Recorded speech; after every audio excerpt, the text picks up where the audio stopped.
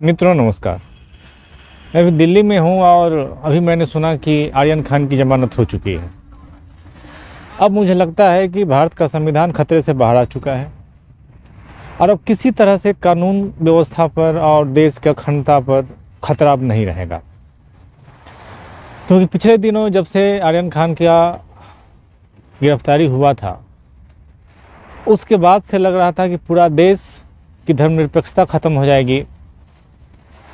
पूरा देश खतरा में आ चुका था, देश का संविधान खतरा में आ चुका था, देश की गंगा जमुनी तहजीब खतरे में आ चुकी थी, क्योंकि एक तो सुपरस्टार का बच्चा, इतना अरबपति खरबपति आदमी था वो। और कानून आखिर की हिम्मत कैसे हो सकती है कि आर्यन खान जैसे लोगों को गिरफ्तार किया जा सके। और जो भी समीर वानखेड़े थे, इस तरह के व्यक्ति थे जिन्होंने गिरफ्तार किया तो उसकी माँ किस धर्म की थी, उसके पिता किस जाति के थे, माने उसके पूरे स्थिति को जो है दूसरे तरीके से पेश किया गया और एक अलग एंगल देने का प्रयास किया गया मलिक के द्वारा। तो मेरे ये समझ में नहीं आया कि अगर मान लीजिए कि वह मुसलमान ही है तो क्या उसके मुसलमान होने से या उसके सर्टिफिकेट के गलत सर्टिफिकेट के आधार पर नौकरी करने से समीर वानखेड़े के क्या आर्यन खान की जो है अपराध की स्थिति कम हो जाएगी या उसका अपराध कम हो जाएगा? समीर वानखेड़े के व्यक्तिगत कृत्यों से और उसका अपना क्या स्टेटस है, उसके सर्टिफिकेट के, उसकी जाति के या उसके धर्म का, क्या उसकी वजह से क्या आर्यन खान के अपराध का स्टेटस कम हो जाएगा? तो इस देश के अंदर अजब अजब नैरेटिव फैलाने की बात की जाती है।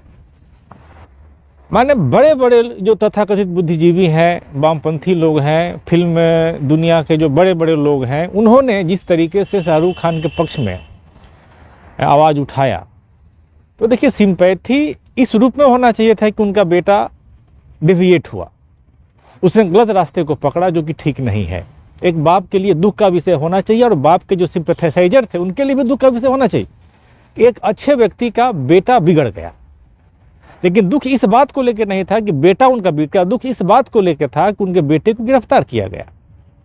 ये गलत हुआ। वैसे लोग समानता की बात करके कितने पाखंड करते हैं उसको हम सहज अनुमान लगा सकते हैं कि देश के तथाकथित बुद्धिजीवी लोग, तथाकथित वामपंथी लोग देश को किस दिशा में ले जा रहे हैं।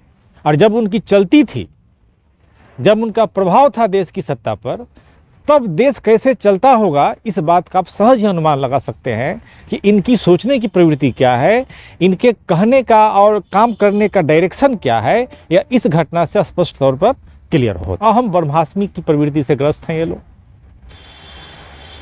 माने मैं जो कहता हूँ वही सही है, मैं जो सोचता हूँ वही कानून है। मैंने पिछले वीडियो में चर्चा किया था किस तरीके से महेश भट्ट ने 26/11 में जब उनके बेटे राहुल भट्ट का नाम आ रहा तो उन्होंने उससे कुछ बाहर कराया था, कांग्रेस सरकार को फ़ोन करके चिट्ठी लिखकर। एक और मसला जो मैं देख रहा हूँ कि देश के अंदर जो देखने में आ रहा है, पहले भी आता था, जिस तरीके से पाकिस्तान की जीत पर भारत के अंदर पड़ाके छोड़े गए, आतिशबाजी हुई, ये आखिर हम बर्दाश्त क्यों करें? अक्सर कहा जाता है कि हमें मुसलमानों पर भरोसा करना चाहिए। अक्सर ये कहा जाता है कि यहाँ के मुसलमान बहुत ही देश के प्रति संवेदनशील हैं, वे धोखेबाज नहीं हैं। हम चाहते हैं कि धोखेबाज नहीं रहें, हम चाहते हैं कि वे उन पर हम भरोसा करें। लेकिन किसी भी व्यक्ति पर भरोसा कब किया जाता है? जब उसका कृत्य वैसा हो। तो क्या भारतीय मुसलमानों का कृत्य वैसा है? क्या पाकिस्तान की जीत पर जिन लोगों ने आतिशबाजी की, उसके विरोध में कितने मुसलमानों ने जमकर विरोध किया, उसके खिलाफ प्रतिक्रियाएं दर्शाई? मैंने तो नहीं सुना। पूरे देश के अंदर मुसलमान का ऐसा कोई भी वर्ग खुल के सामने नहीं आया जिसने पाकिस्तान की जीत पर जो आतिशबाजी हुई उस पर खुलकर विरोध किया हो कि ये गलत हो रहा है, इसका विरोध करना चाहिए, वैसे लोगों को हम धर्म से निकाल देंगे। अब फिर आप कहते हैं कि आप उन पर भरोसा करिए। आखिर आपकी विश्वसनीयता कैसे कायम होगी? आखिर कोई आप पर विश्वास कैसे करे? हम क्यों नहीं कहें कि आप धोखेबाज हैं, हम क्यों नहीं कहें कि आप बेईमान हैं? हम क्यों नहीं कहें कि आप राष्ट्र के समर्थन में नहीं हैं? क्योंकि जब आप भारत के हार पर जश्न मनाइएगा तो आखिर आपको कैसे कहेंगे कि आप जो है भारत के प्रेमी आदमी हैं, आप पाकिस्तान के समर्थक नहीं हैं? अगर आप पाकिस्तान के समर्थक है तो आपको हम कैसे आपको बर्दाश्त करें देश के अंदर? क्योंकि कोई भी चीज, कोई भी व्यक्ति का जो व्यक्तित्व होता है, उसके प्रति जो समर्थन होता है, भरोसा होता है, उसे कितों से होता है। अगर कोई व्यक्ति अच्छा है, उसके बारे में अच्छा आदमी काम करता है तो उसके बारे में अच्छा सोचता है। कुछ मुसलमान ऐसे हैं जो कि डेफिनेटली इस बातों का विरोध करते हैं, वो उनको अच्छा नहीं लगता, परंतु मैं उन लोगों के भी बातों में या उनके भी हम प्रतिक्रियाओं में उतनी तीव्रता नहीं देखते जितनी होनी चाहिए। क्योंकि जाहिर सी बात है कि उनको भी सोचना चाहिए कि जिस तरीके से ये लोग कर रहे हैं, इससे उनके भी विश्वसनीयता पर जो है सवाल उठता है। आखिर यह इन चीज़ों को भारत से बर्दाश्त क्यों किया जाए? और हम क्यों नहीं आपको बेईमान कहें, क्यों नहीं आपको हम देशद्रोही कहें? और गंगा जमुनी तहजीब की बात करके और जबरदस्ती जो है एक तरह का जो है हम लोग इस सत्यता को झांपें तोपें, ये ठीक नहीं है। इस बात को हमको स्वीकार करना पड़ेगा कि ऐसे लोग देश में हैं, ऐसे मुसलमान देश में हैं जो देश का नहीं सोचते हैं, पाकिस्तान की सोचते हैं, पाकिस्तान के समर्थक हैं, देश के समर्थक नहीं है। उनका विरोध होना चाहिए और मेरा स्पष्ट मांगे कि ऐसे लोगों को देश से बाहर कर देना चाहिए।